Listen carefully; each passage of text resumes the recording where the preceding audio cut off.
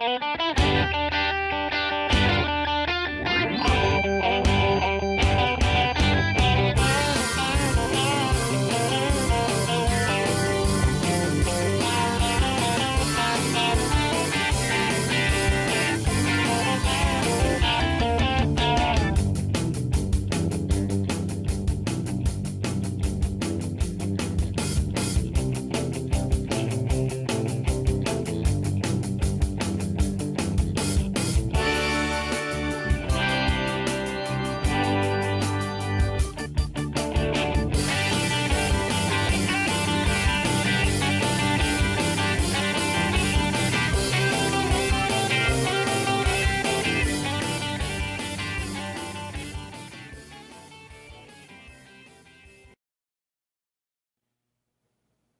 morning, everybody.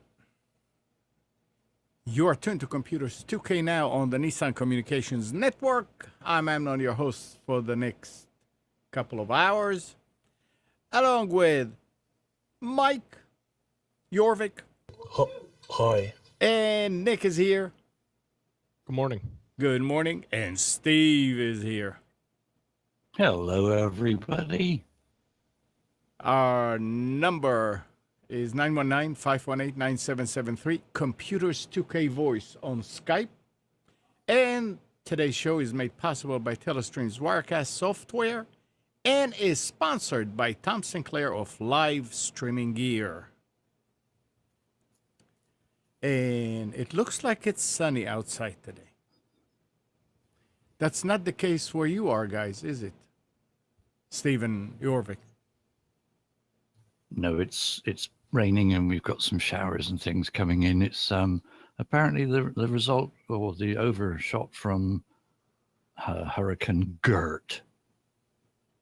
So Gert came to visit you. Gert. Huh.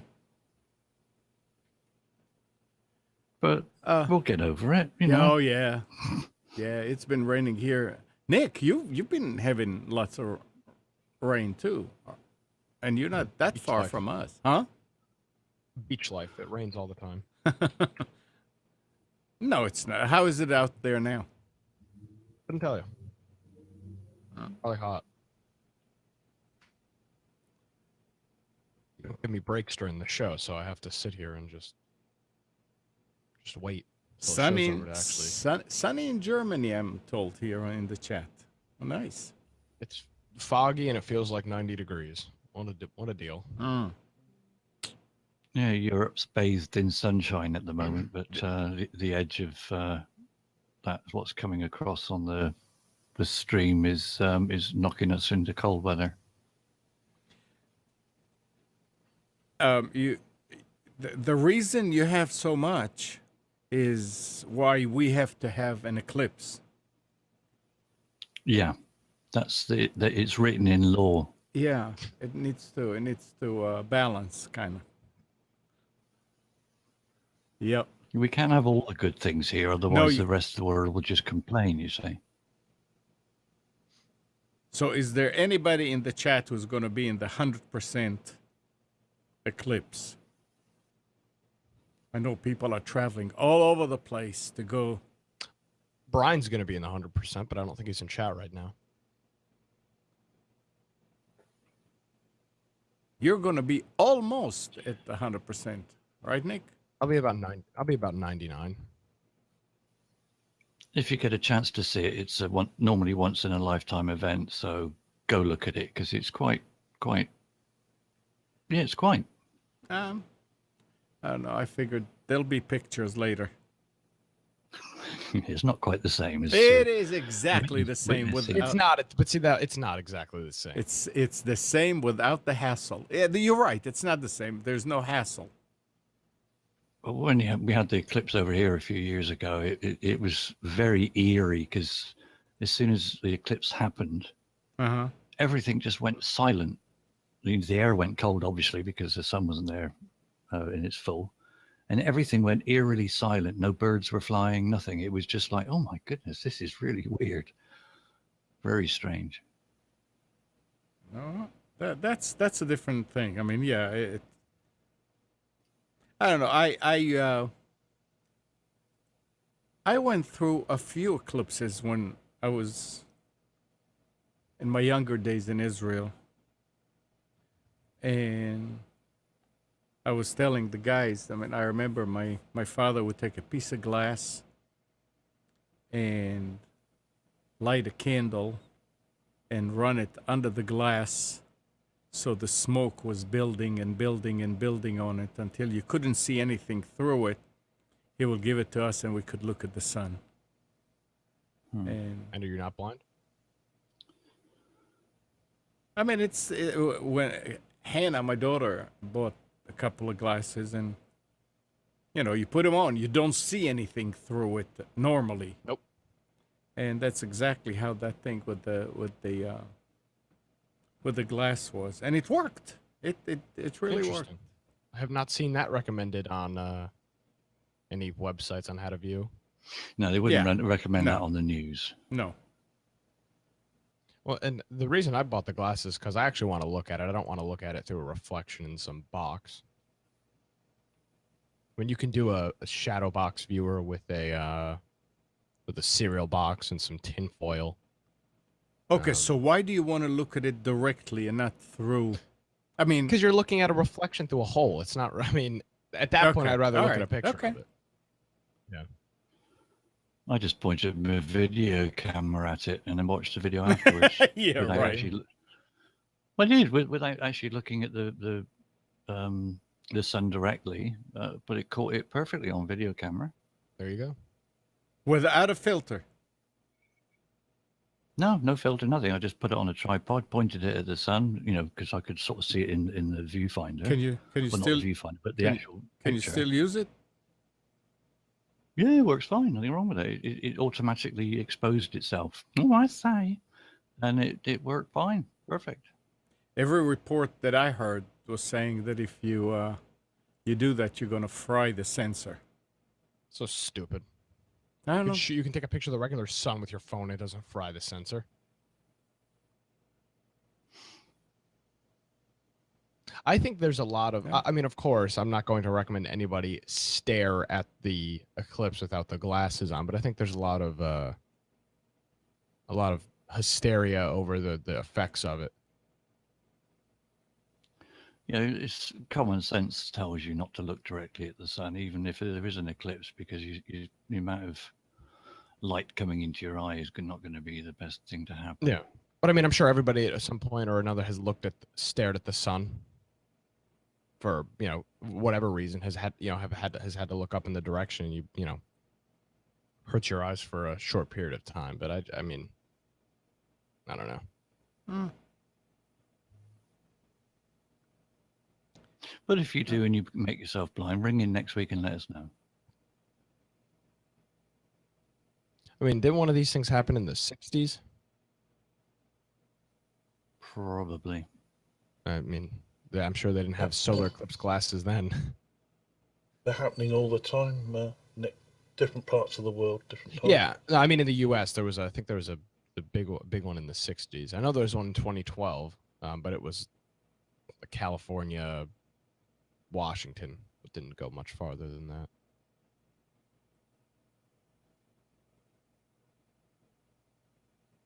But it's good that they've got some tech stuff out there like these glasses to enable people to see it. Yeah, I agree. Trying to switch it back to a tech subject before we get moaned at again. Yeah. Screw them. So I bought my glasses secondhand. I spent $25 on them. Yeah, I got screwed. But I wanted to make sure I had the glasses, so I paid top dollar. Well, now that you're rich and famous. Now that I'm a radio host. Yeah. $25. Yep. You're right. It's but a drop in the ocean. Yeah. And I'm looking, some people are selling them for 15 or 20 this morning, but I just wanted to make sure I got them. Wow. Yeah, I mean, that's what I'm saying. It's a way for people to make money. It's capitalism. Yep, absolutely. At its Buy low, sell high. finest. Yeah. All right. So let's see what else is what's happening technology-wise in the world on your side of it, on your side of the pond, Steve Jorvik? Anything? Not that I've noticed. I've been looking at the RSS feeds and things that are coming in from Engadget and several other sites that I would look at, and there's nothing newsworthy that you can go, wow, really? That's happening, is it? No, nothing blockbusting in the technical world at all. It's quite quiet. I don't know what's going on. I mean, it's generally in the summer months you get some, sort of newsworthy stuff that you can have a wibble about, but there's just nothing going on. Hi, Mike Phillips. Hi. Hello, Good Mike. morning. Good morning. Hi there. Hello, Mike Phillips. Well, hello. How are you? Hi. Super. Hi. You are at a party, Steve. No, I just have a party feel about me. That's scary. Party animal that you are, Steve. Oh, right. Yeah, right. The one a year. Well, that's better than none. Well, it's Bobby's birthday today. You see, she's 2 now. Oh, there you go. Well, awesome. Happy birthday. And she's fast asleep on the chair. Wake her up. Yeah. Yeah. I've got. I think we should just roll into this right now. This online censorship. Do you want to do something else? No, go for it. Absolutely. So there have been a couple of cases of different sites and services and apps and things being deleted by either the Google Play Store or the iOS Store. The example this week is GAB, which is a social network we talked about many moons ago, and they are a social network that leans to the right, and they've had a Google Play Store app for quite a while. They have never been able to get approved on the iOS App Store because Apple refuses to accept their application. Surprise. And earlier this week, the Google Play Store removed their app from the store.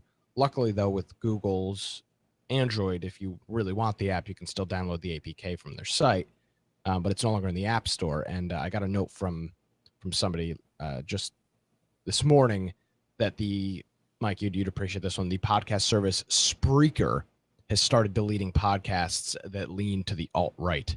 So this is a full-on. This has got to be fully documented. We can't just say they're deleting them. There's going to have to be a place where this can be fully documented, because there's a lot of fake news out there. Yeah. And again, the whole idea behind this is, if you don't want these services and apps. I mean, I spent a lot of time on GAB at the beginning. I spent a lot of times in their meeting. I spent time in their private meetings, with them coming up with their business plan at the beginning of GAB. And in no way are those people some crazy, KKK wearing people running around town. They're just being lumped into a group. And now, I mean, we saw Google 2 weeks ago fired an employee for, what did he say? Men and women aren't equal. So they fired him or something like that. So it's, things are just getting crazy. And again, you don't have to support the site or support the service.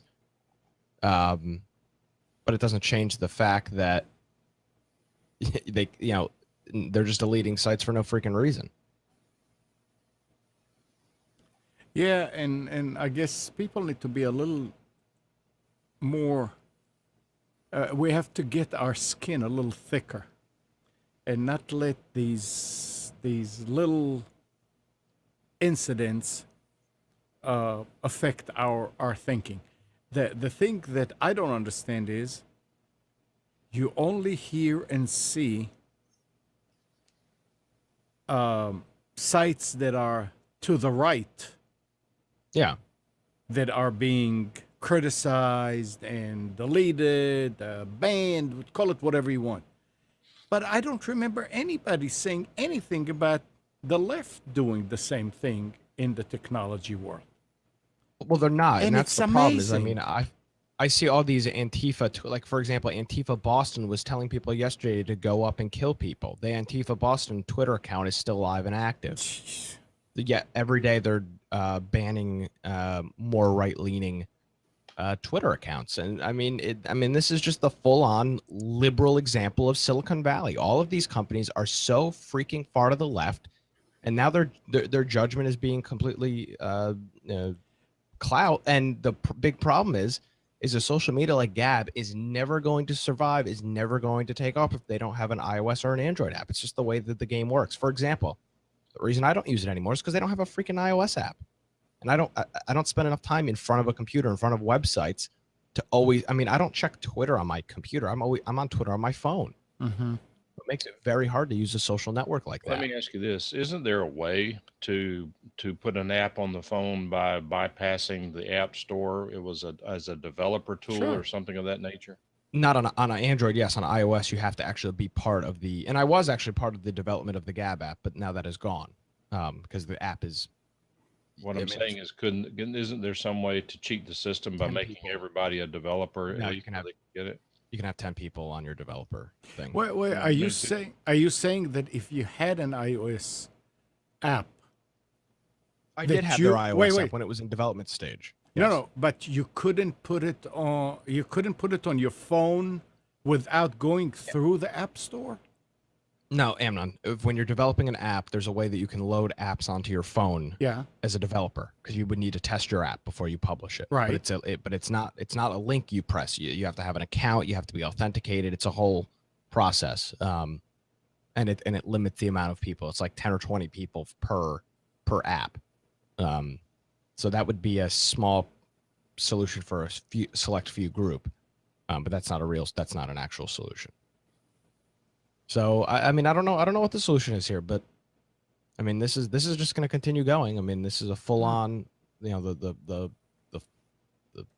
socialists in these social media companies are just doing whatever they damn well please. And again, while they have the right to. Twitter and Spreaker and the Google Play Store have the right to delete anything they want. It's not, I don't agree with it, but I'm not going to sit here and say, oh, this, hey, I'm going to boycott Twitter because of it. No, I mean, they have the right to. It's their private service. The same way I support, both sides of the thing. They have the right to do this. It sucks, but they do. Yeah, that's right. I mean, we keep forgetting that all these services are private. If Twitter thinks that this is the best move for their business, I disagree with them. If they think it's the best move for them, then I think that they should do this then if they think it's the best move. Personally, I don't think it is. So, to each their own. Time will tell. See, there was a discussion that people really missed the point, and I'll go ahead and give my 2 cents worth on this one. But when this story was being discussed privately, a member of the inside group said, yep, this country seems to be forgetting the First Amendment. Well, maybe so, but with regard to what Nick's talking about, it has absolutely nothing to do with the First Amendment because it's private. They can choose to do whatever they want to do. And he said if Google is going to remove Gab, well, they should remove Twitter, Facebook, every left-leaning publication that has an app. But he's totally missing the point. And the point is that they are intentionally moving the right. And also notice the terminology. It's far right or left-leaning. Or alt-right, yeah. So, well, there's no alt-left. There is in conservative circles. But it's all of these labels. Remember back whenever Clinton, some of you aren't old enough, but in Clinton, this is when the left came out. All these labels, all you do is call people names. This left, you're calling people liberals, big L, little L, big L. And so, but now all they're doing is making labels for people. And I'll say it here for whoever's interested. There's a book that I've strongly encouraged people to read. So far, no one's taken me up on it. That's fine. I'll find somebody to discuss it with because it's fascinating. And it's called The Smear by Cheryl Atkinson. And her first and last name are spelled funny. First name is Shryl. The last name is Attkin. ATTKISSON, two T's, two S's, ATTKISSON. The library has it. You don't have to pay for it. Even if you're far left, you can read it, because what she is reporting in the book is documented. You won't like it, but it's documented. It would be pretty hard to argue with much of it. And if you don't like it, then assume half of it's fake news. That's okay. Then look at the other half. It will tell you why all this is going on. There's nothing here that is new or different. It's just the effectiveness that Soros and his cohorts are having with their smear campaigns. All of this is orchestrated. It's all orchestrated. Every time, for example, and Nick, this is why I've asked you to read the book. It tells you why Glenn Beck is no longer on Fox. It will tell you why Don Imus got taken off of PMSNBC. It tells you why all these things are happening. People sitting back saying, oh, it's just a bunch of No, it's a highly orchestrated effort, almost at the level of organized crime. And it's so pervasive, I don't think there's any way to stop it. Yeah, and it's easy to do these days because they're not banning or taking off a newspaper from the newsstand or a book off of the stores. It's easy to do it online because all this technology is nice, but it also has the backside, which it's very easy to ban a domain name and you're no longer out there. Yeah, I mean, we saw earlier this week. I don't remember if it was GoDaddy or HostGator was canceling hosting accounts for GoDaddy. Was it GoDaddy? Okay, yeah. Yeah. I mean, and then Twitter has also been banning a lot of these hate speech and neo-Nazi sites, and they basically went to Tor. But I read this morning somewhere that they've actually found a small hosting company now that are prepared to take them.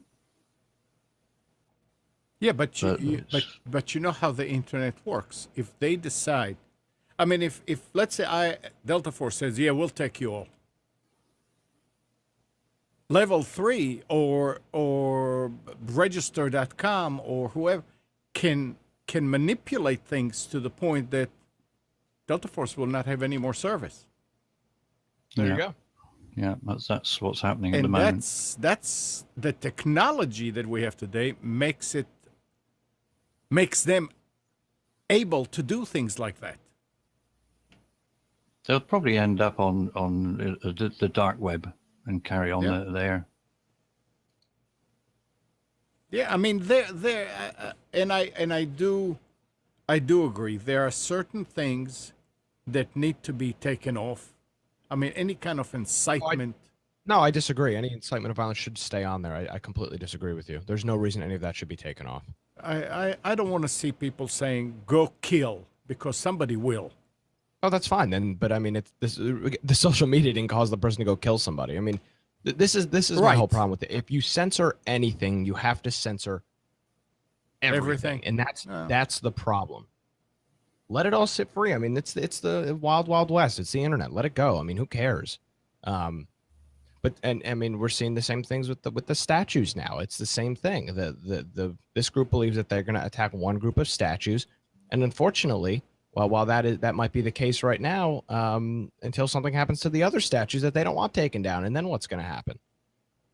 I mean, it's yeah. Again, there's once you start. That's the thing. It's a never. I mean, you're traversing down the rabbit hole. It never ends.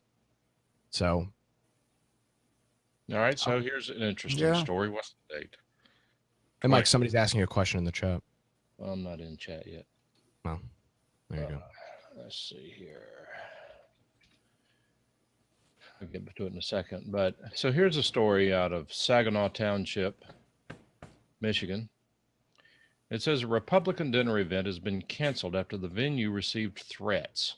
G's Pizzeria Bar and Grill in Saginaw Township made the announcement Saturday on Facebook.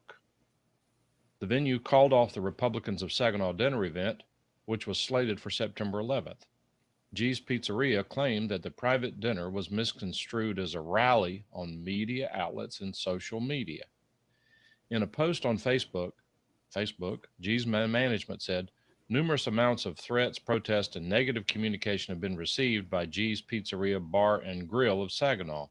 The Post also said, G's Pizzeria does not have any tolerance for racial hatred and does not take a political stance as a business. They say, yeah, right.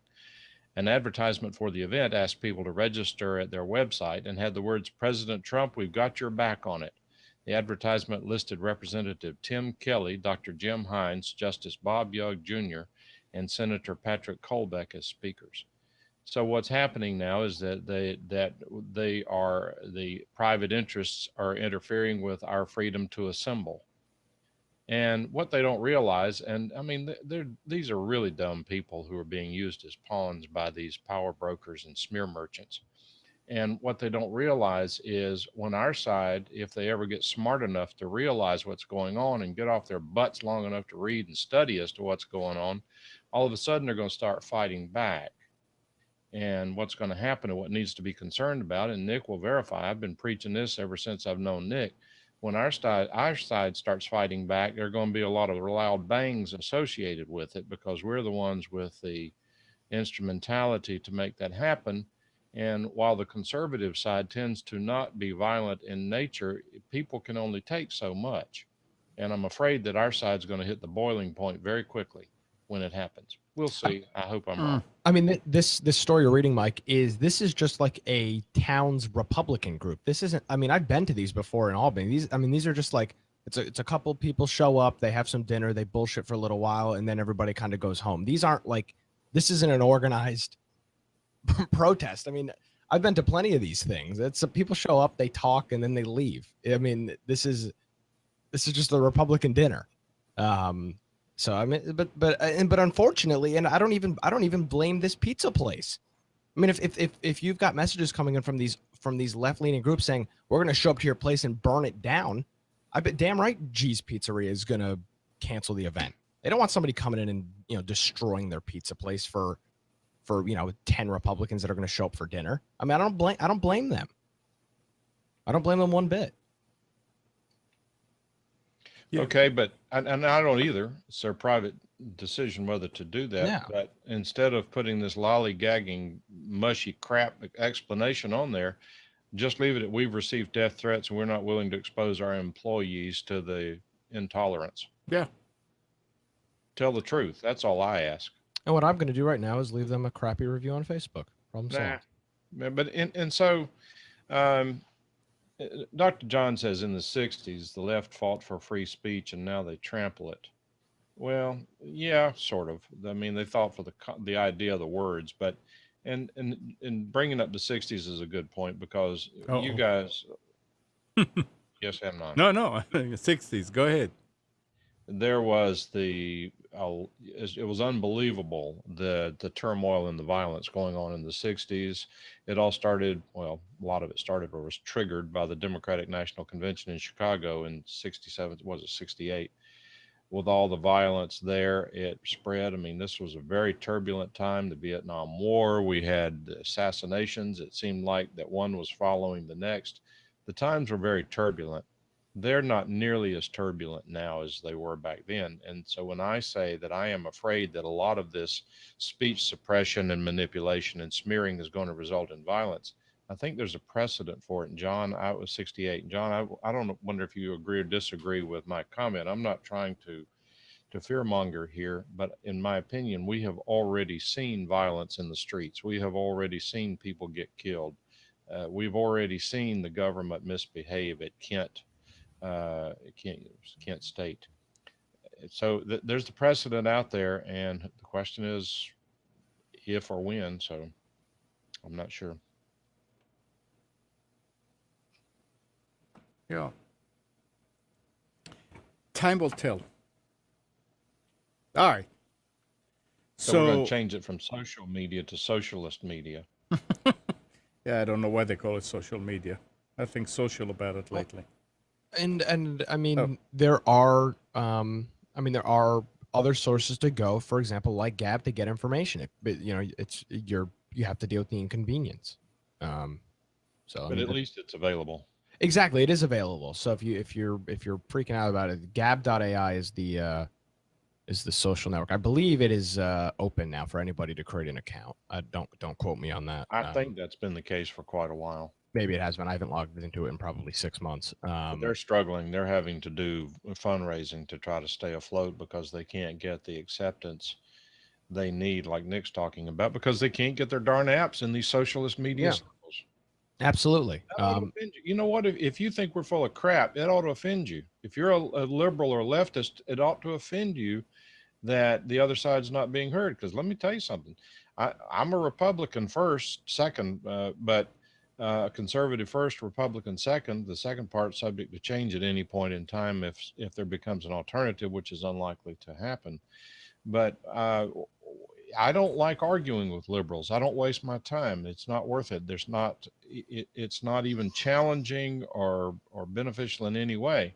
And they don't like talking to me. So we're even. It's an even swap and everybody goes away happy.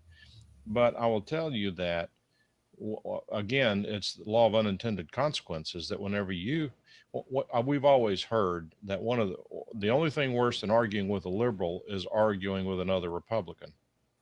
And there are places where there are no Democrats and liberals. They're just like there are places with Democrats and no Republicans. There are places like that.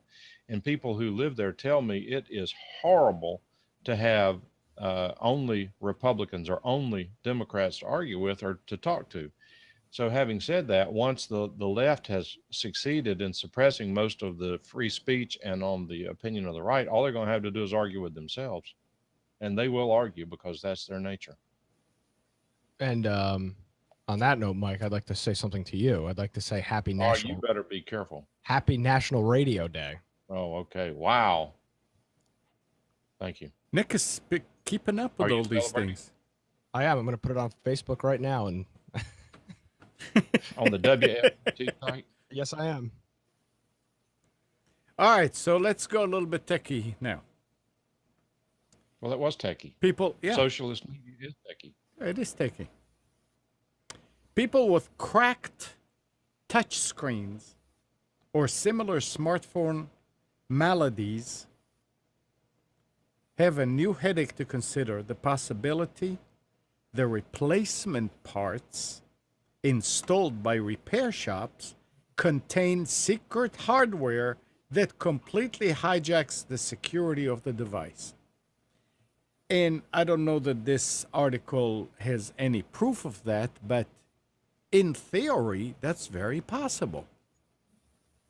A repair shop, especially if you're real popular because your prices are low and you can do all these things, you can install anything you want on that phone when it comes in. Of course, it'll be stupid because sooner or later they're going to find out and then you're not going to be so popular.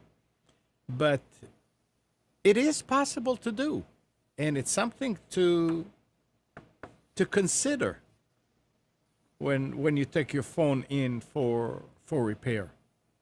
What do you guys think? Think about what? About that. Is that, do you think it's a real threat? Do you think it's a real... do you think it's something to worry about? I mean, I don't know. What? It could be, it could not be. I don't really... It's the same as anything. Whether you take your car in to have a service or a repair is done, and they could tamper with other things and make it break, or with a phone and electronics. There's not much that they can do to make it break, but they can, as you say, they can install software which monitors, turns your camera on, does whatever else. You take it on good faith that the person you're taking it to is going to be okay, but you don't know from Adam, do you? You're only taking somebody else's example of saying, I took it to this place and they fixed it. Yeah, I mean, Steve uses a great example. I mean, the cardio could cut your brake lines. You fly out into traffic and get hit by an 18-wheeler or something. I mean, I guess there's really no. You just have to trust that people aren't, completely scum. Well, and the good thing is with iOS, very, very hard to do. You're not going to be able to install an iOS app that does some thing where it turns on your camera, because Apple just doesn't allow that. Now on Android, on the other hand, I'm sure there are apps that will do some monitoring stuff in the background. Well, so I guess they're not exactly talking about apps. They're talking about hardware pieces. Like, yeah, I mean, I don't know how you would do. I don't know how you would do that on iOS. And Apple is very limited with what they allow and what they don't allow. I mean, their new devices, if you put in one of their devices that isn't their fingerprint scanner, the phone I don't even think will work. So they are very, very, and a good, and I mean, you know, we like to bash Apple for them being so locked down and closed. This is a benefit where Apple is probably going to come out ahead because they don't allow, you know, they don't allow third-party batteries and a whole bunch of other things in their devices. So if this becomes a big problem with these places, you know, installing either software or installing physical devices into people's phones, you know, Apple should be pretty much immune to it. It's like you say, though, it's down to trust, isn't it? You've got to trust the people that you're taking it to, that they're going to do a good job and an honest job. There you go. But they're nefarious people out there, so yeah, they are. You can never tell. And it's easy to get people to come to you. All you have to do is, instead of charging $70, you charge $50. Yep. And everybody flocks to you. Yeah. Yep. All right. So everybody. Why didn't I think of that? So you guys, everybody's using like Netflix or Hulu or whatever. Your monthly bill for Netflix, Amazon, Hulu, and other streaming entertainment services could go up soon as states such as Illinois try to find ways to offset declining sales taxes and other revenue shortfalls.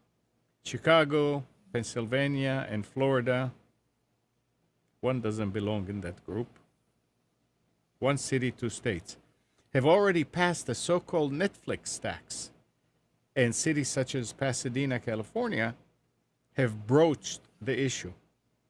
Now, these taxes can translate to additional fees of less than $1 each month to consumers, but over the months and tacked onto multiple streaming subscriptions, they could add up to $50 a year or more. So they're trying to build their tax accounts through things that people are subscribing to, and they know that they're not going to drop it. And true, when somebody thinks, oh, you know, it's going to cost me $1 a month, that's fine, I'm going to stay. And then the other service comes and, oh, you know, it's just another $1, but they're making money.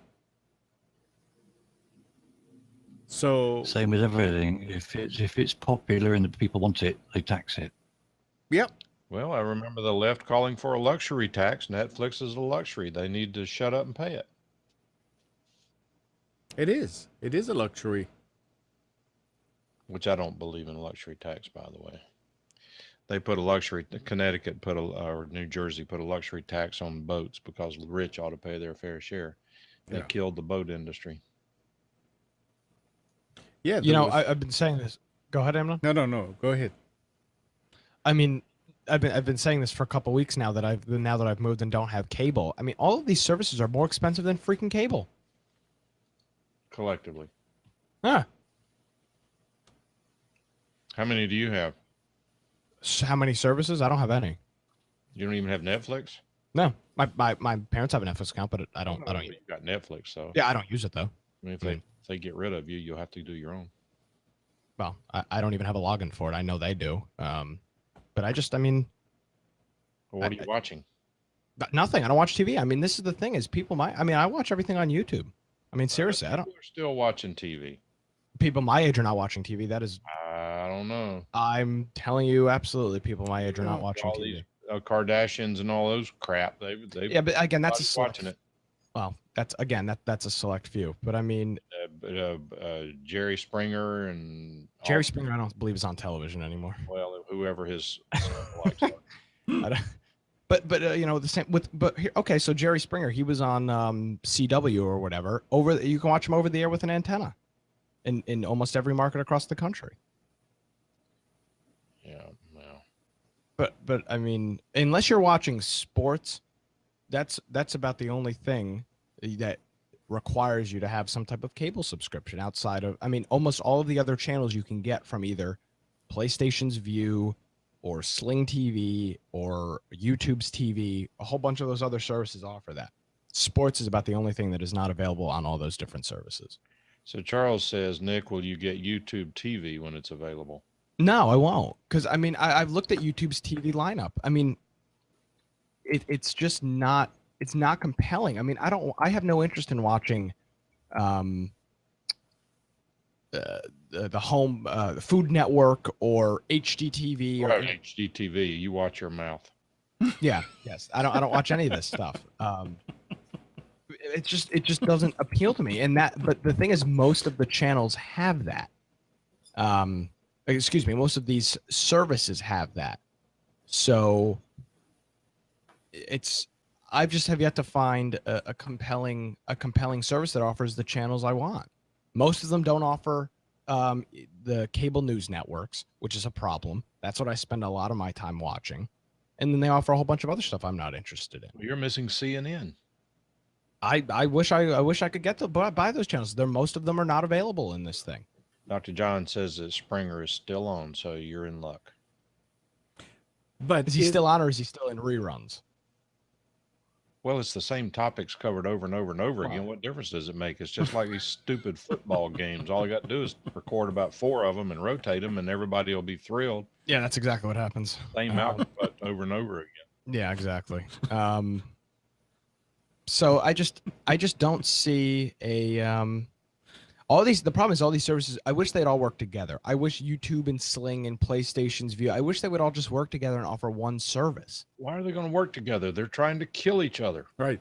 Well, but they're not. Nobody uses any of them. I mean, that's the problem. Not true. It is absolutely true. Nobody is using YouTube TV, and nobody is using PlayStation's View Or Netflix. I'm not talking about Netflix right now. I'm talking about Sling TV, YouTube TV, or PlayStation View. Those are the 3 services that are available that let you stream live TV channels. Sling is the only one that has gotten a decent user base, but it's expensive. It's like $35 a month. You're better off getting cable at that price. Well, to get cable TV here for more than $1 will be over $100 a month. I was offered cable for $40 with the box from Time Warner. That's what my offer was. Introductory offer. Yeah. And introductory is introductory. I mean, it is what it is. But I mean, that's my whole problem is now. So if I spend $35 a month on Sling, $10 a month on Netflix, and another $10 a month on Hulu, I'm better off getting cable. That's the problem with these things. They're so expensive independently. If you only have 1 or 2, it's fine. But if you want to have 3 or 4, you're screwed. You'd literally be better off purchasing cable at that price. Okay, so what national or main media, whatever you want to call it, do you get on the Roku? Well, I mean, the Roku requires logins for most of the stuff. For example, you can watch these channels on Roku, but it'll ask you to log in with your Time Warner cable or your Spectrum account. And if you don't pay for cable television, it doesn't let you log in. Okay, I see.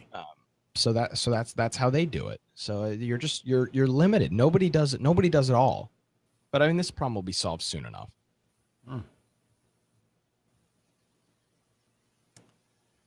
919-518-9773. Computers 2K voice on Skype. Guys, call in. Let's discuss some of these things. Brent wants to know how many people here use Kodi, K-O-D-I. I use Kodi. I use Kodi. And I've never Alan heard of it. says What is it? he does. Go ahead, What- Steve. It's a media player platform that you can put add-ons to, or you can use like extensions that then allow you to specialize in the type of thing that you're actually looking for. For instance, streaming of football matches or sports, or you can specialize in streaming movies or music and things like that. It's most of the content on there is illegal. It allows you to stream illegal content. That's essentially the. Kodi on its own is basically a media player console where you can play all your own, movies, videos, music, whatever you've got. But by installing one of these add-ons, then that allows you to stream from the net lots of stuff which could be deemed in some circumstances, possibly, maybe, as being illegal. Yes. As you say, the football matches or the movies. In the UK, they're going mad at the moment on trying to ban all these sites and streaming sites that are streaming the football. And in many cases, they're succeeding, but it's like with everything else. It's a whack-a-mole job. You shut down and block certain sites, and they just pop up again elsewhere with a different name. Yeah. See, Alan is saying that he's always looking for free to air. I like local news from everywhere. The problem here in Raleigh is there is no local news that is not ultra left wing. I mean, the main station here is so far to the left, they're about to fall off the edge of the flat earth. It's just terrible. We don't watch it. It's on our TV, but we absolutely don't go to those channels. It's really hard. And when you consider now that 60% of people in society are getting their news from Facebook, hopefully that is going to be a big problem for these local leftists. I mean, who wants to hear an echo chamber where you turn on Facebook, the local station, YouTube? It's all the same stuff, on and on and on and on. Charles is saying, for me, Terrarium TV is better than Kodi. Yeah, which is fine if you're on an Android system, because it's an Android app. Kodi works on all platforms. So, if you've got a PC connected to your television or your standard PC or your Mac, then you can watch it on your normal screen and not be, reduced to perhaps watching it on a phone. Yeah, I mean, I've got Kodi on my. I use Kodi on my Amazon Fire Stick, and it works out pretty well. Have you got the new Fire Stick or the older one now? I'm still using the old one. I think I'm torn between getting a new Fire TV, a new Roku, or a new Raspberry Pi and loading something on it. The problem is the Fire TV is very slow, especially with the Kodi add-on and all of the extensions for it. It's quite slow.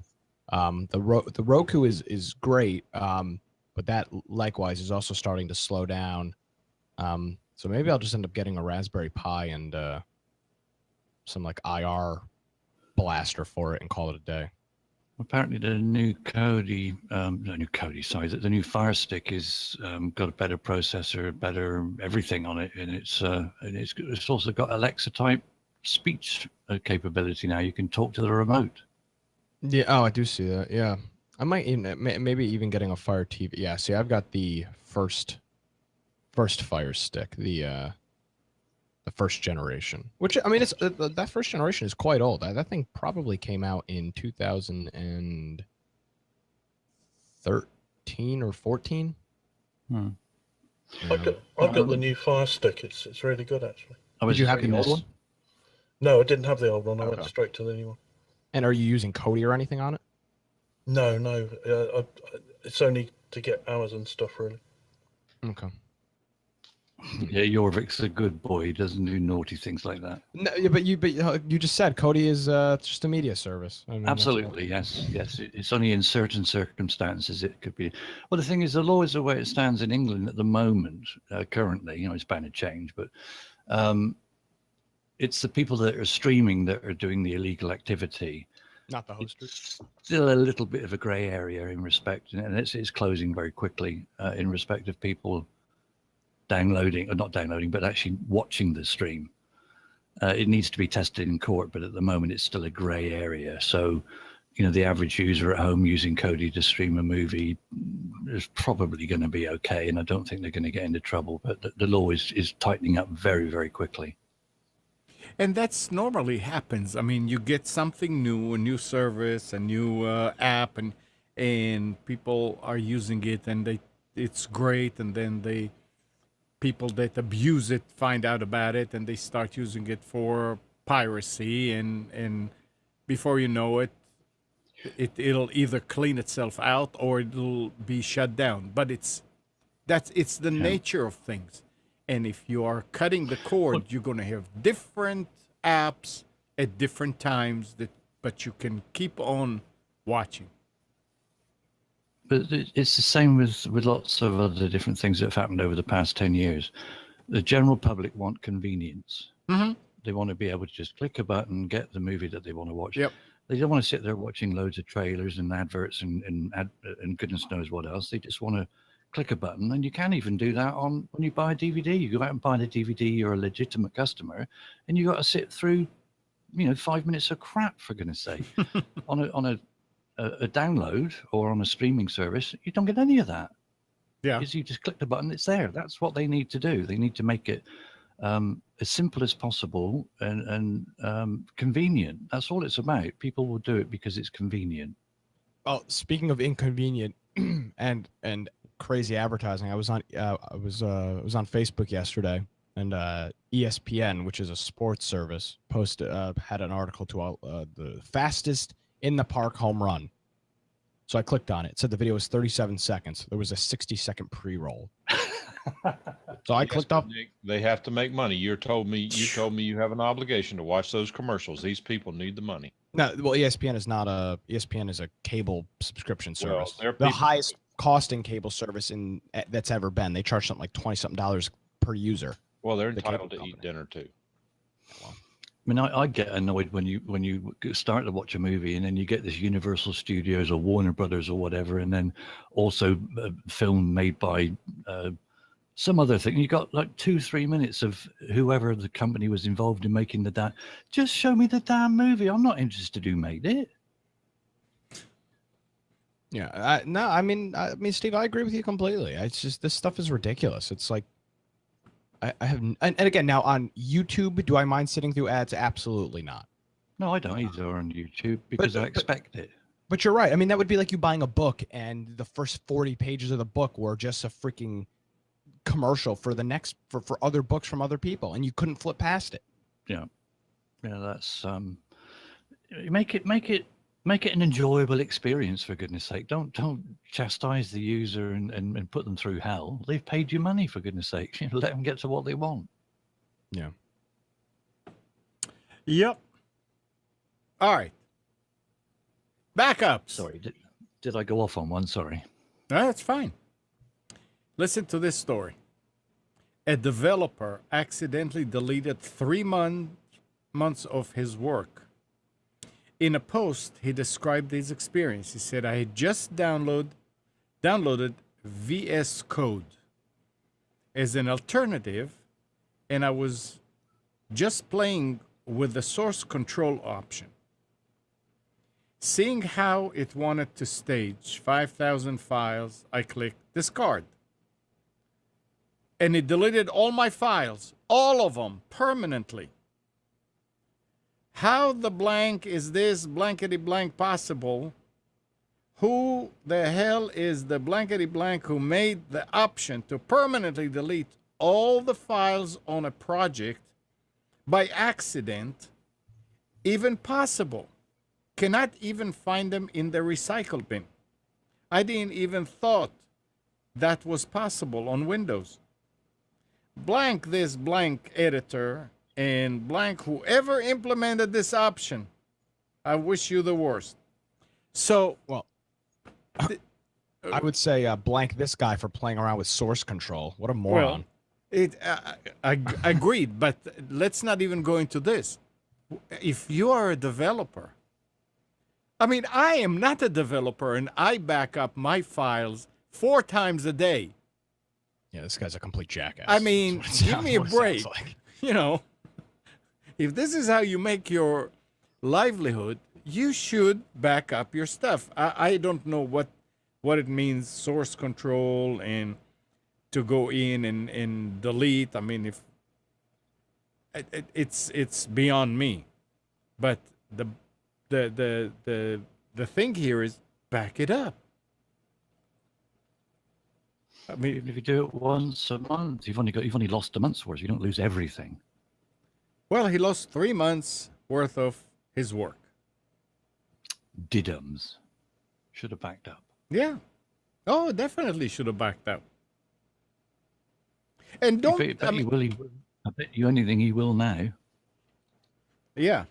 Oh, he if he doesn't, it's really bad. But I mean, don't think don't really think when I'm saying I'm backing up 4 times a day and all that I'm so disciplined that I do it. It's all done automatically among other backups. But everything is done automatically. So You it's set it up right, and you forget it. It Yeah. just does it by itself. Exactly. I mean, even if he just used something like carbonite, if this is his job, this is how he works and makes his living, 1 hour of his Clearly not. well, I don't know, but 1 hour income will cover a year of backups on something like carbonite, and more. So, it's amazing that people like that will not think about backups. Just asking for trouble. Sure. If you don't really know what you're doing when regard to backup, and you're not sure which method to use or choose or go for, then give us a ring. It's 919-518-9773 or Computers 2K Voice on Skype. Ring in and tell us and ask us. Yeah, we'll help you. Absolutely. Now, this story here has nothing to do with computers or any technical, but I thought I'll bring it up because there are so many people out there that need to know about it. It says, using a new kind of immunotherapy treatment, Australian researchers have managed to cure a majority of the children in their study suffering from peanut allergy. The desensitization to peanuts persisted up to 4 years after treatment. And this comes from The Guardian. I know a lot of people that have kids with peanut allergy. So what are we doing now? Health 2K now? No, I mean, I said this has nothing to do with it, but people need to go and read about it. If you have a kid... Our mystery listener is going to have a heart attack now. Go ahead. No. No, that's all. That's the thing. I didn't want to get into it. I didn't read much, but when I saw it, I said, yeah, let people just know that something like this is out there now. Just briefly So on read that, your own just stuff. quickly. Well, when I was a kid, I'd never even heard of peanut allergy. Nowadays, it's all over the shop. What's going on? It is. Yep. It's like diabetes. People were just big. They didn't have diabetes. Nowadays, everything seems to have a name or some branding of some sort. It's madness. Well, now on the diabetes thing, there's an explanation for that. The lifestyle of modern society has exacerbated the type 2 problem. The type 1 problem is probably, I would guess, is unchanged. So we are doing Health 2K. Here we are getting into it. Yes, but there are electronic sensors and Yeah, technology yeah. involved in research that are going to improve the health. So that's the technical side of this thing. They're probably using electronic equipment to do all of the research that we're talking about. Mm-hmm. There we go. See, you got to tie it all together. True. This is a story that I didn't understand exactly what FedEx had to do with that, but according to The Verge, over 10,000 batteries for the Galaxy Note 4 are being recalled for risk of overheating that could lead to burns or fires. Given last year's Note 7 fiasco, this recall sure doesn't sound good. It is, however, far more limited than the Note 7 recall and doesn't appear to be Samsung's fault. The Verge reports that only phones refurbished through AT&T insurance program and handled by FedEx supply chain are impacted by the recall. Some of the refurbished phones apparently ended up with counterfeit batteries that include anomalies that could make them overheat. Fortunately, the Note 4 has a replaceable battery, so this recall isn't as big a deal. Owners can just buy a new battery to use in their phone until the recall is taken care of. FedEx is currently sending out replacement batteries as well as boxes for returning the recalled phones. I don't understand how FedEx fit into this other than we delivered them, but there must be something there. And batteries are out there from all kind of sources for phones and anything that you can replace a battery in. And for our phones, I always buy new batteries like every year. They're cheap. I don't think I've ever bought a battery that was more than $10. One of them, when I felt the phone, it was hot, and when I opened it, this is after using it for a long time, and I have it plugged in on the desk all the time. The battery actually was swollen. So I just replaced it. But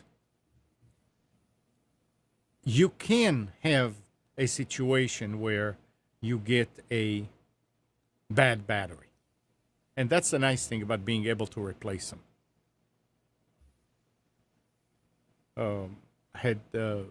John came by this week and I got him batteries for that dash cam. He says that it wasn't holding anymore, and I took it out, and boy, it was swollen. It's also one of those flat. So I tossed it in the trash, and I put a new one in there for him. And you didn't recycle it? This is a recycle. I'm talking about the recycled trash, the electronic trash. Okay. And it had a problem when I plugged it into the USB port on the computer. It wouldn't charge. And plugging it to a charger, it was fine. So while it wasn't charging, he was trying to see his old. He was looking through it. I said, "What are you doing?" He said, "I'm looking for the old battery." I said, "I don't care if the old battery works. You're not putting it back in." Why? Well, because it's swollen. Something is going, and it was hard to explain. So you need to, if you replaced your battery, or if you ever felt your phone and it was kind of warm, or even if it didn't, and you have a replaceable battery in your phone, open it and take a look at the battery. Besides the fact that it's the best reboot is to actually take the battery out and put it back in.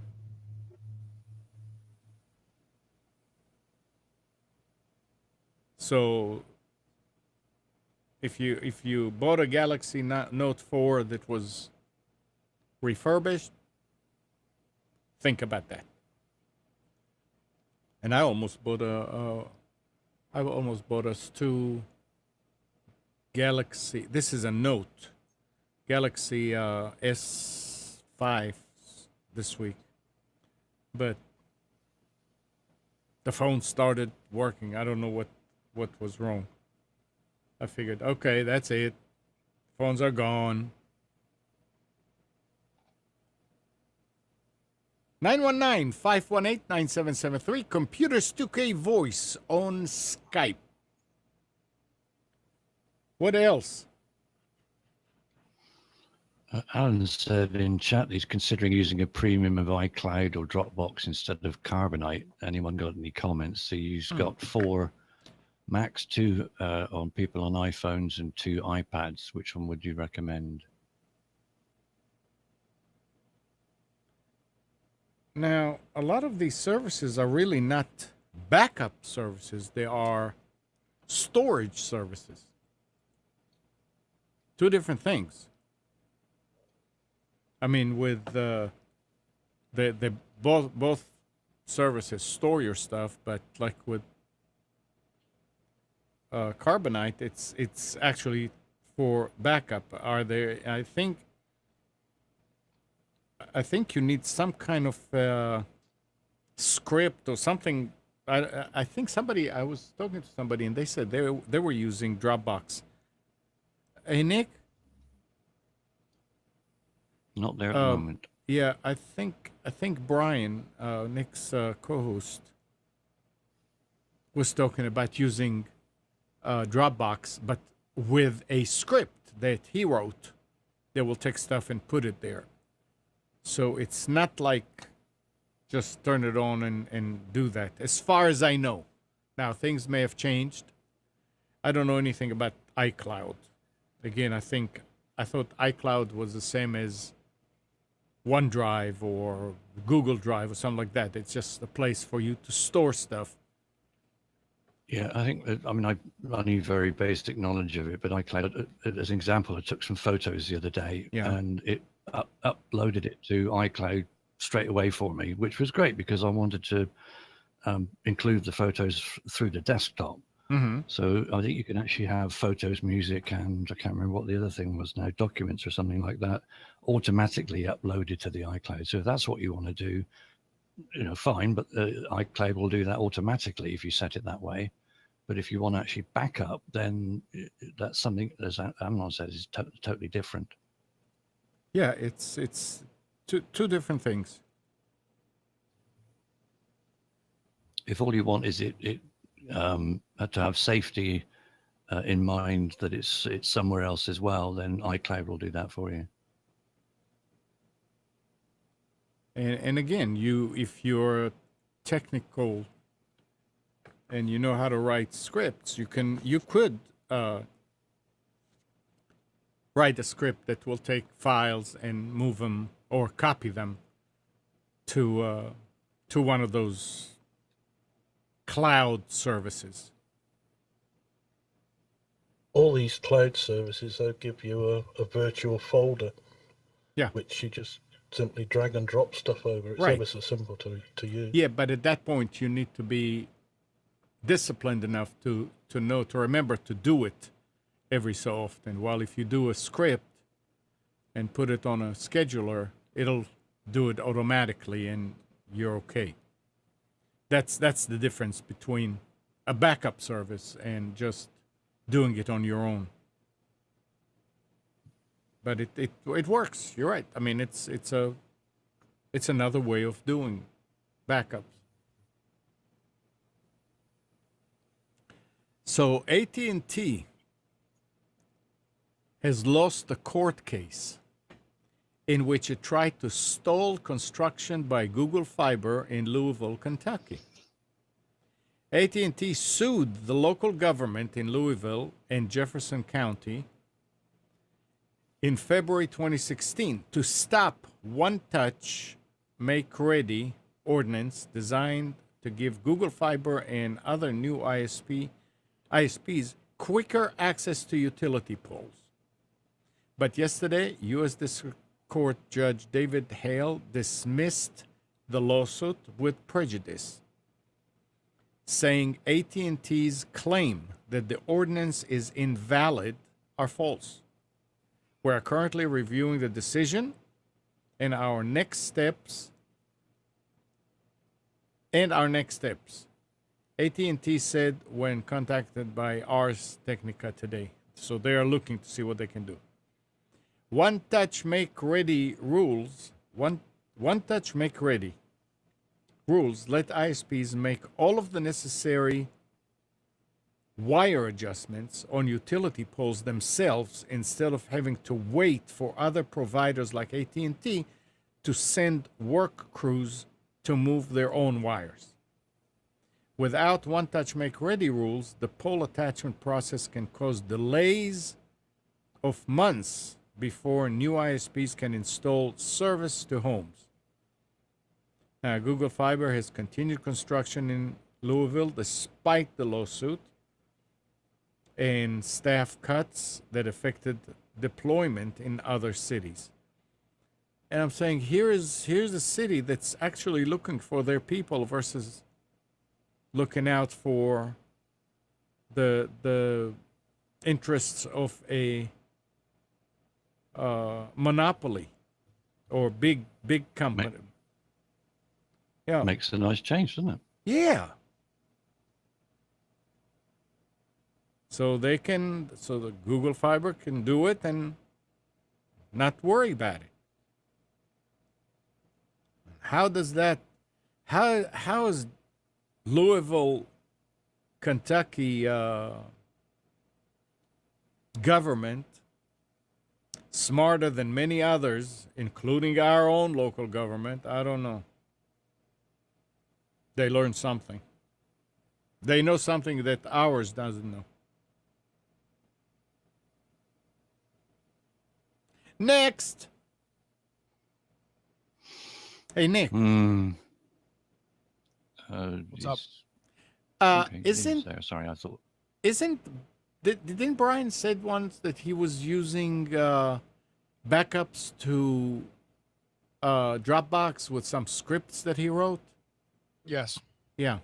So yeah, it can Yeah, be but done. but it's with his web server though. It's not with Yeah. his computer. Well. So yeah, it's people can do that. Yeah. Next. Nothing. Nothing. Nothing. Nothing. Okay, nothing. So we were talking about Roku earlier. So here's another something else about the Roku. Earlier this year, Roku was harshly confronted with this new piracy crackdown when a Mexican court ordered local retailers to take its media player off the shelves. While this legal battle isn't over yet, it was clear to Roku that misuse of its platform wasn't without consequences. While Roku never permitted any infringing content, it appears that the company has recently made some adjustments to better deal with the problem, or at least clarify its stance. Pirate content generally doesn't show up in the official Roku channel store, but is directly loaded onto the device through third-party private channels. And a few weeks ago, Roku renamed these private channels to non-certified channels, while making it very clear that copyright infringement is not allowed. A warning message that pops up during the installation of these third-party channels stresses that Roku has no control over the content. In addition, the company notes that these channels may be removed if it links to copyright infringing content. So, Nick, or somebody else who uses a Roku, I thought you have to have a Roku app and be on Roku in order for somebody to watch you. And you have to submit it through Roku. Yeah, but there's private channels. So private channels mean you don't have to ask for Roku's approved inclusion? Correct, but you won't be. But you aren't in the store, so it's right. I mean, I think it's basically Roku running scared of the media corporations that they're starting to look upon. It's like with Kodi. Kodi is perfectly legal. It's fine. It's the add-ons that have the problem. And in the same respect, Roku is fine in its current state. But if you add on things to it, they're just worried and running scared, thinking, oh no, the media corporations are going to come after us. And they're just preempting that by saying, oh, no, we don't agree with privacy and we're going to do everything we can to stop it. Blah, blah, blah, blah, blah.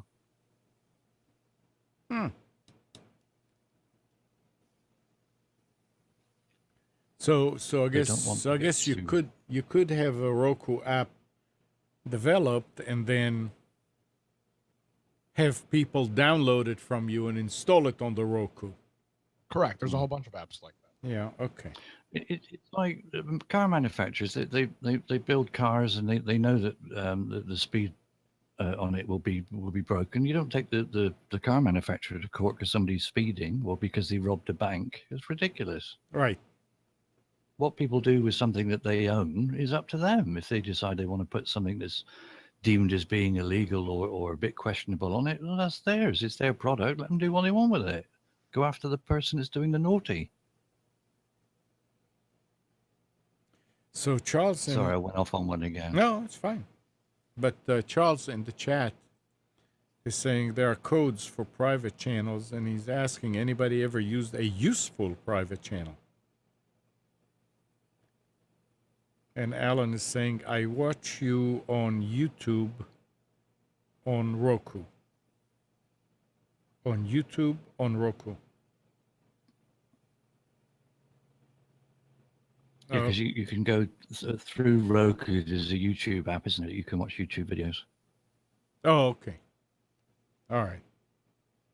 Like on the smart TVs, you can get yeah. You can actually go to YouTube and watch on through a smart TV.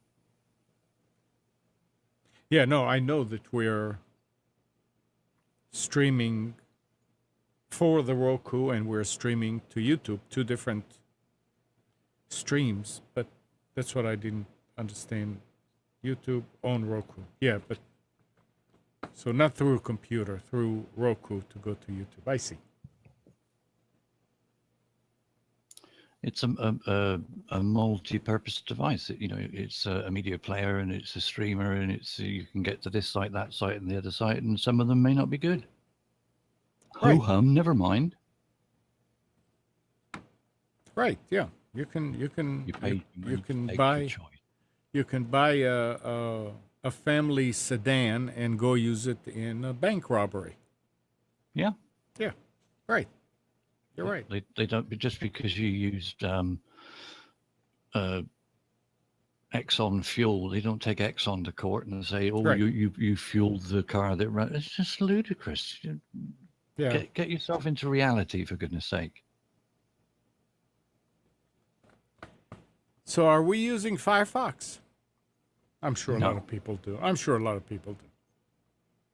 So, users on 64-bit Windows who download Firefox will now get 64-bit version by default. That means they'll install a more secure version of Firefox, one that also crashes a whole lot less. How much less? In our test, they said, so far, 64-bit Firefox reduced crashes by 39% on machines with 4 gig of RAM or more. Well, that's pretty good. I don't know. That's yeah. I mean, I don't know when's the last time I saw Chrome or Vivaldi crash on my computer. I'm not talking about here in the studio. Well, the 64-bit, you didn't have a good deal with, did you? No, I did not. That's what I'm saying over here. But I'm using it on my computer. Yeah, I'm using 64-bit on mine, and it's working fine. But I haven't used Firefox for a long, long time. So yeah, I've never really used Firefox. And there was a story, I don't think I kept it, something about the fact that Chrome, Google said that as of sometime next month or whatever, they're going to mark websites that have a page where a user have to put in information. If it's not HTTPS, they're going to mark it as not secured. I think that's good. So that's a good thing. Yeah. So I went ahead and real quick last night and added SSL certificates to quite a few of the websites that I knew have that on our servers. I mean, my own sites. Oh, mission accomplished then. That's so, their goal. Yeah, so I mean, now you can watch Computers to Canal or Nissan Communication or some of the HTTPS. It just adds that level of extra security that you feel, I'm going to be okay on this site. Yeah, and really, again, it's going back to the same something that we discussed long time ago, is that really it's not going to, it's not telling you that really, yeah, you are on the Computers 2K Now site. All it is encrypts between you and the site that you're on. But yeah, Ron made it real easy for me to just run a long line script and just change the domain name and run it, and everything is done. So that was nice. It was good exercise for me. And Amazon is rolling out US pickup points where shoppers can retrieve items immediately after offering them, shortening delivery times from hours to minutes in its latest move into brick and mortar retail. Now, they had those places in some places. The world's largest online retailer has launched instant pickup points around 5 college campuses, such as the University of California at Berkeley, and it said on Tuesday. Amazon has plans to add the programs to more cities by the end of the year. Shoppers on Amazon's mobile app can select from several hundred fast-selling items at each location, from snacks and drinks to phone chargers. Amazon employees in a back room then load orders into lockers within 2 minutes, and customers receive barcodes to access them. So if you know where the pickup point is, you can go there and you can buy something in a few minutes, and go to a locker that they tell you and get it. More and more instant stuff. It's got to be now. I mean, really, they save a lot. I'm assuming they don't package it. They don't put it in a box. They don't put it, it's just the item, the bubble wrap or whatever. And here it is. It's in the locker. I mean, where's all the excitement of, oh man, the mailman brought me a package? It's gone. Well, you open the door. They don't open the door for you. You do get the excitement of opening the door.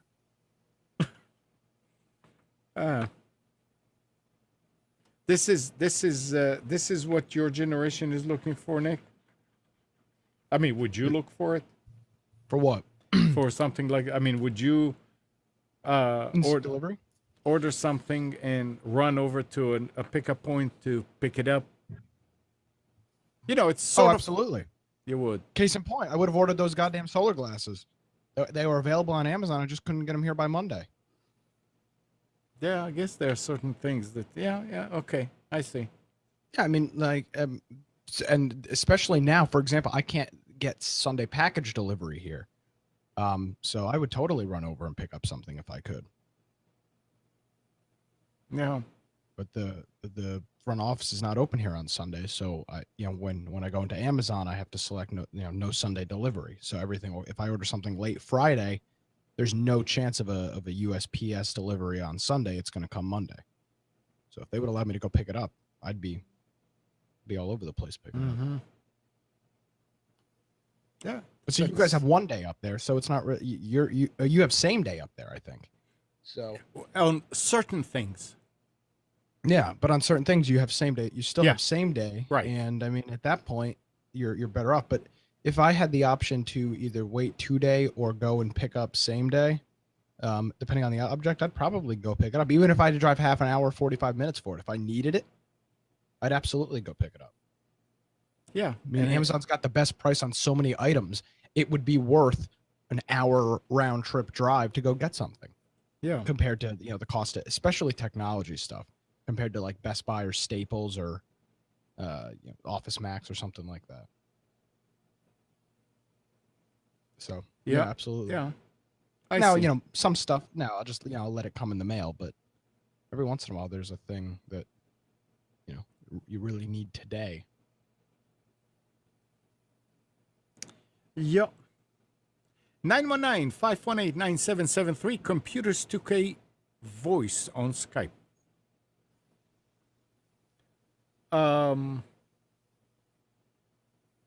What else we have here? Here's something else that has to do with Netflix. Well, it's just linked to Netflix. Mitch Lowe, a founder of Netflix, has a crazy idea. Through his new startup, MoviePass, he wants to subsidize our film habit, letting us go to the theater once a day for about the price of a single ticket. From that report, it says Lowe's, an early Netflix executive who now runs a startup called MoviePass, plans to drop the price of the company movie ticket subscriptions on Tuesday to $9.95. The fee will let customers get into one showing every day at any theater in the U.S. that accepts debit cards. MoviePass will pay theaters the full price of each ticket used by subscribers, excluding 3D or IMAX screens. MoviePass could lose a lot of money subsidizing people's movie habits. So the company also raised cash on Tuesday by selling a majority stake to Helios and Matheson Analytics, a small publicly traded data firm in New York. Theater operators should certainly welcome any effort to increase sales. The top four cinema operators, led by AMC Entertainment, lost $1.3 billion in market value early this month after a disappointing summer. So, I mean, he's got money trees growing somewhere, because it sounds like the movie theater will still get, if you go every day to see a movie, they will get 30 times the price of a ticket from MoviePass, but you will only pay $9.95 a month. I'm not following the business side of this. It's sort of like it doesn't make sense. But for somebody who likes to go to the theater, that's a great deal. So go and check on MoviePass if you're a big movie theater goer. Save money.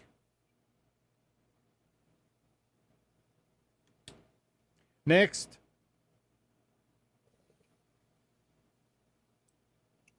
I guess the idea behind this whole thing is that... Well, there is Sergey. Hey. Hey, Anna. Hi, guys. How are you guys doing? All right. So the idea? I think the idea behind this whole thing is that the people are signing up for something that they are not going to use to the fullest. So, like, if I'm to sign up with that startup, I would, of course, use the first couple of weeks, like on Tuesdays. I'm gonna go and enjoy the movies, and somebody's gonna pay for those. For the rest of the time, I think at some point people get really excited and switch over to other things. So most people tend to forget about things that they subscribe to. And therefore the lucrativeness of the business of subscribing to something is in the fact that most people no longer use what they subscribe to after several weeks. Yeah, it could be. A couple of weeks. If they charge a year in advance, and you just use it in the first few months religiously, and then it's I saw all the movies that I was going to see, and especially if it's on Tuesdays. So, why would you go to a movie on Tuesdays? No. They are going to drop it on. You can go anytime. They say that they're going to drop the price on Tuesday to $9.95. This is just like this AT&T stupid program. If you have AT&T, you can bring a friend to the movies for free Tuesday between 5 and 7 p.m. Really? I mean, oh yeah, but it's ridiculous. Who the hell goes to the movies on a Tuesday between 5 and 7? I mean, come on, get real. I hate AT&T. Don't even offer the promotion. It's such a useless promotion. Never heard Why? that. Why even offer? Oh yeah, of course. Let me find you the link for it. That's fantastic. I'm sure you'd go to all these. But they're trying to fill a gap. Is a gap in people attending the theatre at that time. And they think, well, how are we going to fill it? Well, let's make some stupid offer that hopefully very few people will take advantage of. Let me read this for you. This is fantastic. When you buy one ticket for a movie on Tuesday, you will get the second one on us. It's just another way that AT&T thanks you. It's fantastic.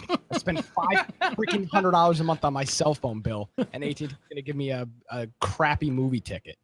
I mean, you've got to be kidding me. Ugh, what a freaking waste. Well. They call it Ticket Tuesdays. TicketTuesdays.AT&T.com. Enjoy. Is that really what they call it? No. Worth it. Absolutely. But it's Ticket 2. TicketTwosdays. Ticket Tuesdays. Oh. Oh, boy. Oh, free movies at 1 o'clock in the morning. Fantastic. Freaking ridiculous. Mike, you want to go to the Mike, what are you doing next Tuesday between 5 and 7 5 p.m.? and 7. It won't be going to the movie. Wow, but I got a free ticket. It's on AT&T. You can take Andrew. Okay, perfect.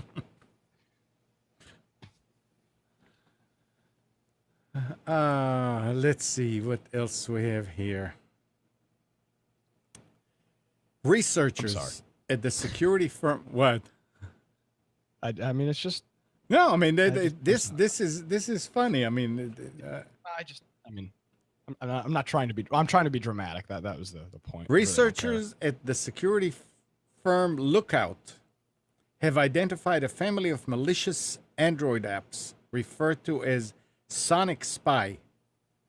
Experts say the malware author modified a version of the official Telegram app, injected the spyware code, rebranded it, and uploaded the modified app on the Play Store. In total, the crook uploaded the app 3 times on the Play Store under the name Soniac, Hulk Messenger, and Troy Chat. Only Soniac was active on Google App Stores when researchers first spotted the spyware, as the other 2 apps were already taken down, most likely by the developer himself. At the time of writing, Lookout says they identified over 1,000 variations of this new spyware called Sonic Spy, which they believe to be a new version of an older Android spyware named Spy Note.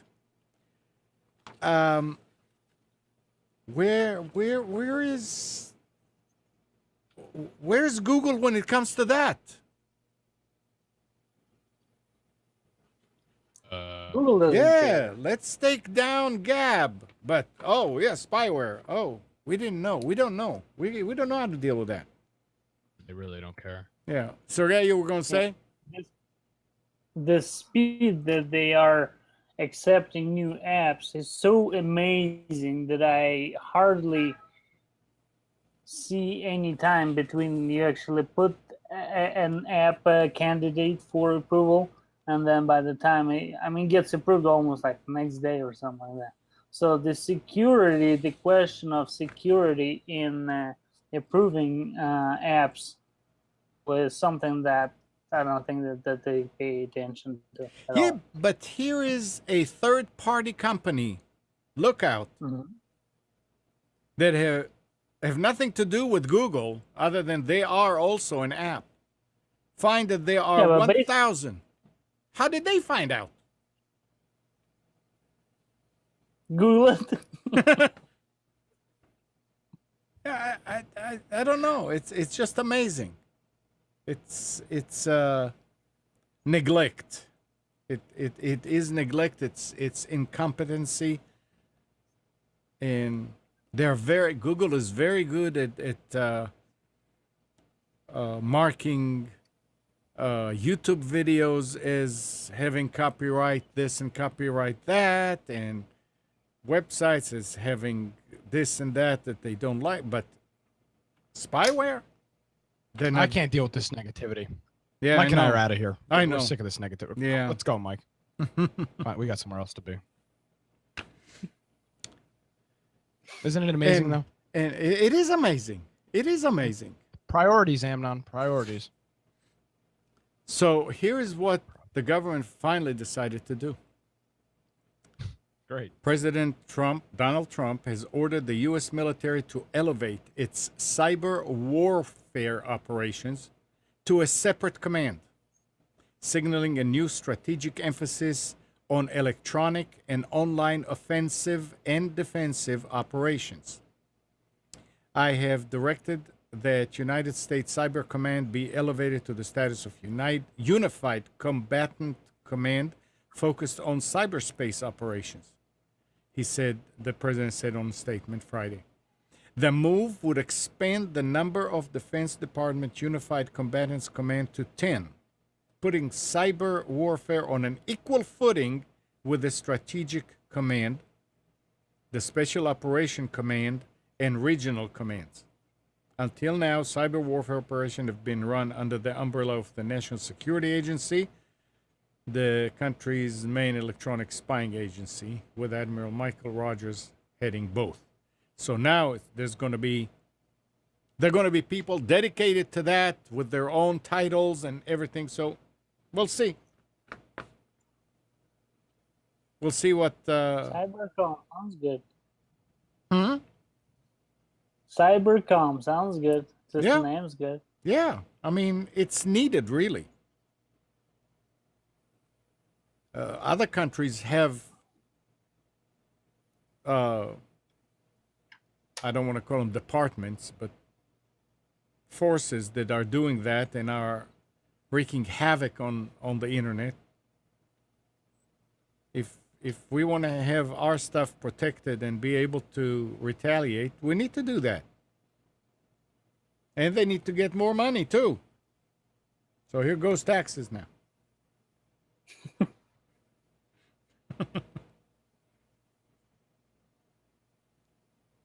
Well, at least it is not under Air Force or under the Special Operations Command. At least there is a dedicated department that takes care of it, Yeah, that hopefully, leads yep. the way. So basically, from the organizational standpoint, it makes perfect sense. Yep. So who has Wi-Fi controlled door locks? Ah, I saw this one. This is interesting. Isn't it? You want to talk about it? No, go ahead. This is almost an unbelievable story. It says on Tuesday, August 8th, smart lock manufacturer LockState botched an over-the-air firmware update for its Wi-Fi enabled remote lock 6i smart locks, causing the devices to lose connectivity to the vendor's servers and the ability to open doors for its users. The device costs $469 and is sold mainly to Airbnb hosts via an official partnership LockState has signed with the company. Hosts use the smart locks to configure custom access code for each Airbnb renter without needing to give out a physical key to each one. The botched firmware bricked the device smart code access mode. Physical keys continue to work. The botched firmware was a nuisance for private homeowners, but it was a disaster for Airbnb hosts, who had to scramble to get customers physical keys so they could enter their rents. The post included tweets from angry lock owners, one complaining about 2-week wait for a replacement. 2-week wait! Why couldn't they just roll it back? The company... What? They bricked the devices already. Well, oh yeah, that's true. I mean, once you brick a router, the yep. router is bricked. There's no unbricking the brick. The company is also offering to fix the defective unit within 5 to 7 days, promising that every employee and resources at LockState is focused on resolving this for you as quickly as possible. This I better is believe they will. Well, hopefully Airbnb cancels their partnership with this company as they no longer deserve. I hope this puts them out of business. I mean, you've got people that manage Airbnbs that, live states away. Yeah. I mean, how the hell are you supposed to get a key to somebody? Right. Yeah. You have to hire somebody. It's kind of stupid mistake that any reputable company wouldn't make. I mean, clearly they don't have good QC on their updates. Right.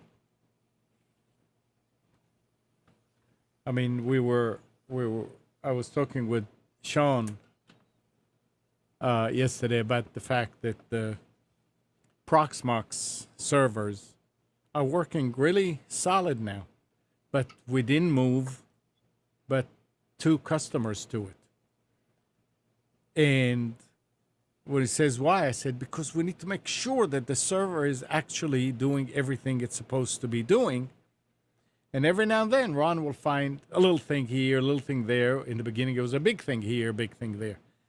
But, you have to work on it and test and retest and retest and retest before you start moving people who depend on their websites to a new server. So, I mean, people like that here, that it's amazing that they don't test their stuff on their own installations and make sure that everything is okay. Another reason why not to do updates right away, but over in the locks, I guess you can't control that. That's whenever the company chooses to do it, they do it, and there's no. You don't have any interaction with it. Right. And talk about locks and things like that. A hacker and mechanic have helped a family regain access to their hybrid car after they've lost their one-of-a-kind car key while on vacation. The car in question is a Toyota Estima minivan, which a Canadian family bought, reused, and imported from Japan. When they did so, they received only one key, which the father says he lost when he bent down to tie his son's shoelaces. Because it was a hybrid and the onboard computer was synced to the battery recharge cycles, the car owner couldn't simply replace the car key without risking the car battery to overcharge and catch fire. After offering a reward, going viral on Facebook, in Canadian media, and attempting to find the lost keys using crows, the family finally accepted the help of a local hacker who stripped the car apart and reprogrammed the car immobilizer with new car keys. The whole ordeal cost the family 2 months of their lives and around $3,500. Well, they're saving the environment. Unfreaking believable. Saving the environment. Yep. $3,500. Why did you took apart the entire car if only to get hold of a immobilizer? I don't know. Yeah. I don't know. Maybe there was no I way. didn't know where the immobilizer was located on this particular. I have no idea. But I'm sure they didn't do it because they wanted to spend the money. Well, there was a long vacation after all, so I guess there's Yeah. upside to every story. $3,500. Wow. Yes. You are echoing. Oh. We're echoing back through you. That's what I should say.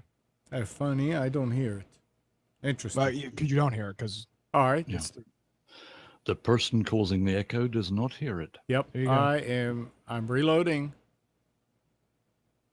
It's very kind of you.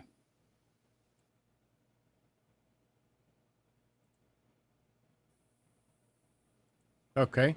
Is this any better? Okay. We'll see. Okay. Talking about Chrome.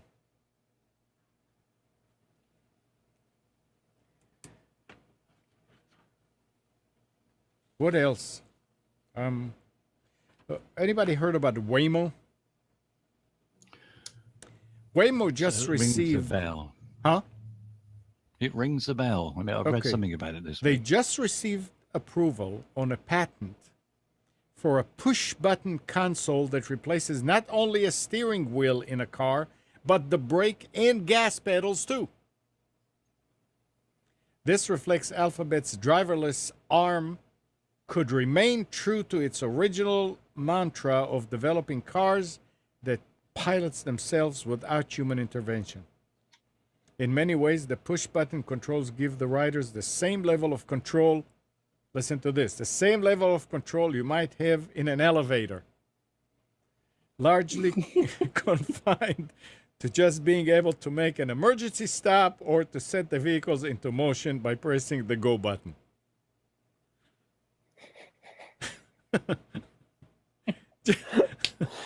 Amazing. I love the way that the writer wrote it. Yeah, it's the same level of control you might have in an elevator.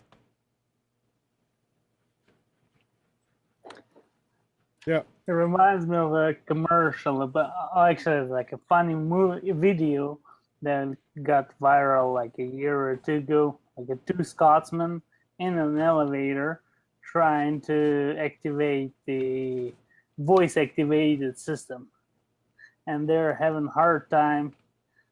Given their exact direction because the word 11 doesn't. The thing doesn't recognize it. It's just hysterical. You have to Google it, like the 11 and I think it was 11 and two Scotsmen and something like that. You just have to look it up, and it's hysterical. Sergey, are you not sending video because of bandwidth? Because no, I because you are sending video, but it's there. Your camera is covered, and yes. Okay, now it's better because now you're saving bandwidth. No, actually. Yeah, I think I am going. Well, again, I'm always concerned about you with the bandwidth, but now you are. I don't see. We don't see your video because the camera lens is covered, right? There you are. Yeah. Yeah. So I mean, but if you were trying to do it in order to save on bandwidth, you were not accomplishing that because it's still sending it. You're still using the bandwidth. So yeah. I just had a band-aid on over the camera. Yeah, that's a good thing. Good thing to do. To remove it during the video is not gonna. Did you pull it real quick so it wouldn't hurt the computer? That was funny. That was really funny. All right. Anything else, anybody? We're getting to that time now. I think we just got that. Mike, Nick, Jorvik, Steve. No, I just heard that the sun is about to burn out, and you'll know when it starts getting dark when it's supposed to be daylight. Okay, so it's beginning to turn off. Apparently, we've got 8 minutes, haven't we? If the sun dies, we've got 8 minutes before the end of the world. And everything's going to freeze. It's like rebooting a computer. You hit reboot, and you don't know if it's going to come back up. That's not even funny. And they turn it on and off remotely via Wi-Fi, and the lock on the sun is not working now. That's it. Isn't that going to be tomorrow? The what? The eclipse? The eclipse, yeah, I think it's tomorrow. Yes. Yep. Are you guys supposed to see anything up there? With no eclipse. Nope. We're on the other side of the globe, so it's going to be midnight. No, actually, just 20 minutes past midnight on our end of the world.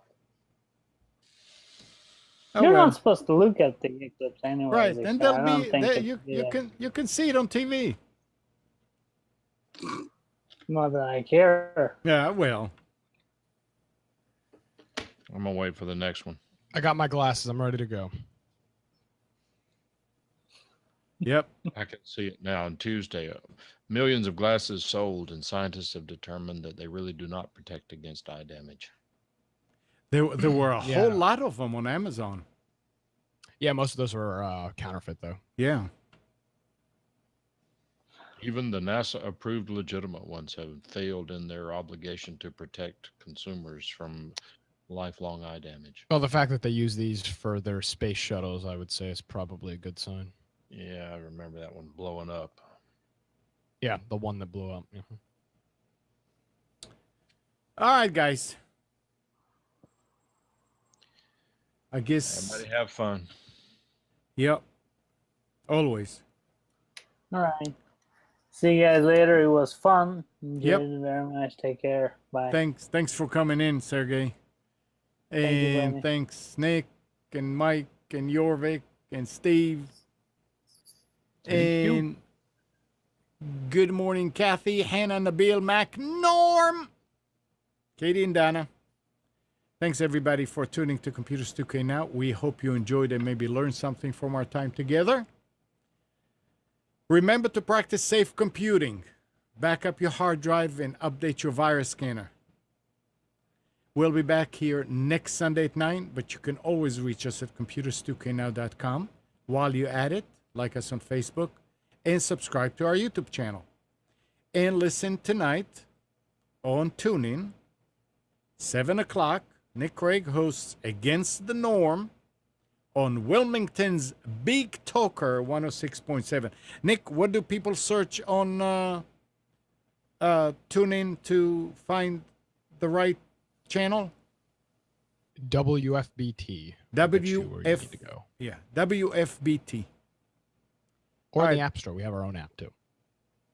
Bye, everybody.